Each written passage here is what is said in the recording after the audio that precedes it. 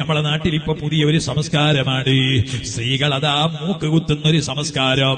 ശാഫിഈ മദ്ഹബിൽ അത് പാടില്ലെന്ന് മഹാനായ സൈനി ദഹ്ലാൻ രേഖപ്പെടുത്തിയിട്ടുണ്ട്. മാത്രമല്ല, മൂക്ക് കുത്തിയാൽ ജനാബത്ത് കുളിക്കുമ്പോ അതിന്റെ ഉള്ളിലൂടെ വെള്ളം എത്തൂല. നിഹായത്ത് സൈനിൽ രേഖപ്പെടുത്തിയത് കാണാം. വയഹ്റുമു ഖർമുൽ ലംഫി ലിയുജഅല ഫീഹി ഹൽഖത്തുൻ മിൻ ദഹബിൻ ഔ നഹ്വിഹി. സുബ്ഹാനല്ലാഹ്, മൂക്ക് കുത്താൻ പാടില്ല, അത് ഹറാമാണ്.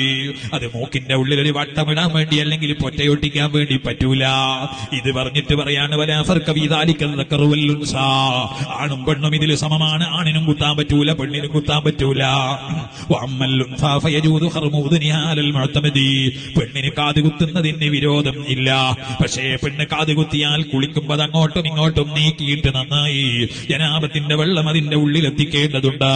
അത് എത്തിക്കാതിരുന്നാൽ മുടി കറുപ്പിച്ചവരോ, അതേപോലെ മൂക്ക് കുത്തിയ പെണ്ണും, അതുപോലെ കാത് അങ്ങോട്ടും ഇങ്ങോട്ടും അരക്കിയിട്ട് അതിന്റെ ഉള്ളിൽ വെള്ളം എത്തിക്കാത്ത പെണ്ണും, ഒരു മരിക്കുന്ന മനുഷ്യന്റെ വാപ്പയായാലും ഉമ്മയായാലും അവരുടെ അരികിൽ ഹാദിറാകരുത്. ഹാദിറായാൽ സുബ്ഹാനല്ലാഹ്, അവർക്ക് റഹ്മത്തിന്റെ മലക്കുകളുടെ വലിയ സാന്നിധ്യം കിട്ടൂല.